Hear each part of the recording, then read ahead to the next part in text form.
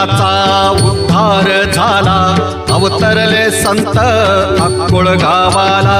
बालपणी त्यांनी चमत्कार केला, बस्तीचे दर्शन भोजन थाळीला. जय देव जय देव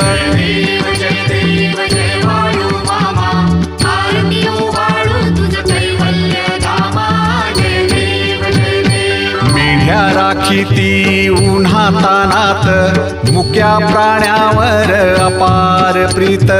नीतीने वागावे कमी नाही होत, उन्मत्ताला मामा शासन करीत. जय देव जय देव